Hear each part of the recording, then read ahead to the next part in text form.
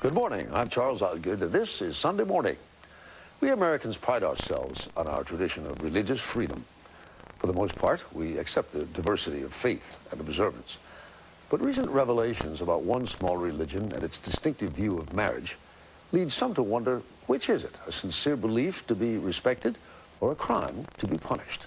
That's the visit of Pope Benedict XVI has been a heaven-sent spiritual opportunity for many Americans, and also for the spirit of American capitalism, including the purveyor of a heaven-sent. Bill Geist will explain.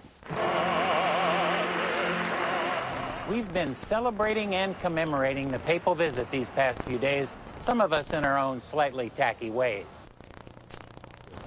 Later on Sunday morning, you'll meet Fred Haas, who contends that his is not a kitschy souvenir. Jerry Bowen tells nobody we know would lightly turn his back on a heaven-sent product, least of all our Bill Geist. We've seen the Pope a lot these past few days, heard his words, I'm so deeply thankful for your love. learned much about him, yet still we wonder, what does a Pope smell like? Subtle, with citrus and violet top notes. Now, this may look like just another kitschy souvenir, A fresh new fragrance from the past. but it's no joke. 100 cc's of the clove, Not to Fred Haas, but we need those bottles. Oh, they got to make cartons. who's making the stuff as fast as he can these days in his own kitchen with the help of his granddaughters. I can get enough pressure in here. I can fill a bottle every 10 seconds. Not bad for a Fred-made bottling system. Is this how Coco Chanel got started? I was using these nasogastric tube feeding bags that I got from the convalescent hospital. I fill these plastic bags up and hang them on this chandelier. You mean like an IV? Yeah. Fred is a doctor in San Rafael, California, who says he discovered the formula for the cologne worn by Pope Pius IX in the 19th century. And you were really surprised that a Pope would have cologne. Yeah, it seems strange.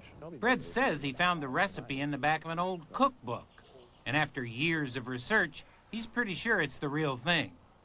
He dreamed of a complete line of papal scents. Oh, I thought there might be a treasure trove in the Vatican archives of former popes' fragrances, but I was never able to find anything. I never did. So Fred's developing a sideline of non-papal fragrances. This one's called Camp 22. I wanted to make something that smelled like our old deer camp. Oh, yeah. Yeah. So that's got pine in it? Yeah. This one is called Tocoloma. What's Tocoloma? There's a bridge out in West Marin. Named after a bridge. I like the sound of the name. Better than like Tocoloma. the better than the Brooklyn Bridge. A lot better. He's becoming something of a perfumier. I can smell this. Jasmine's probably the most prized of all perfumery materials. It smells great. Somebody said it's so blatantly sexual it would make a young lady blush. Jasmine, the smell of it. None of that in the Pope's cologne. Not a bit. Fred sells the Pope's cologne on his website, through select publications. Thank you. God bless you. And in some Catholic gift shops. Is business good? No. No, I'd like to sell more, but I don't know how. I don't know what I'm doing. Tough competition. Wow, what's that aftershave you're wearing? Fred knows he's bucking powerful forces of nature in the men's fragrance market, where, as we've seen in TV commercials for years, girls like it. Is there a better reason to wear Old Spice? The product is bought for one reason, and one reason only. Yeah, it's a chick magnet. Yeah. Fred is disappointed that most stores won't touch the stuff. What stores did you approach?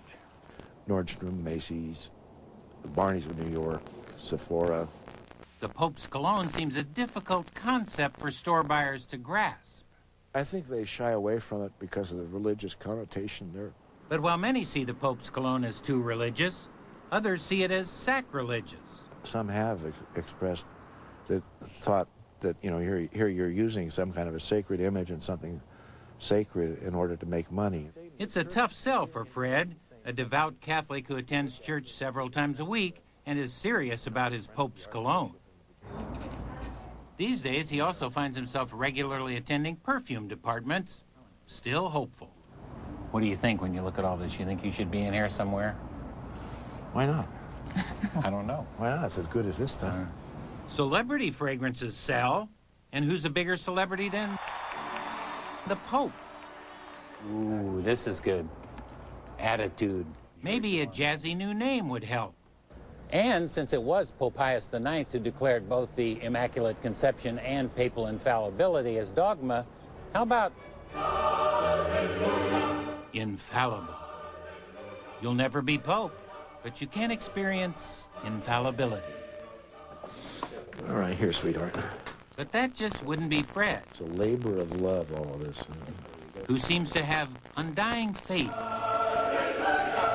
in his Pope's cologne.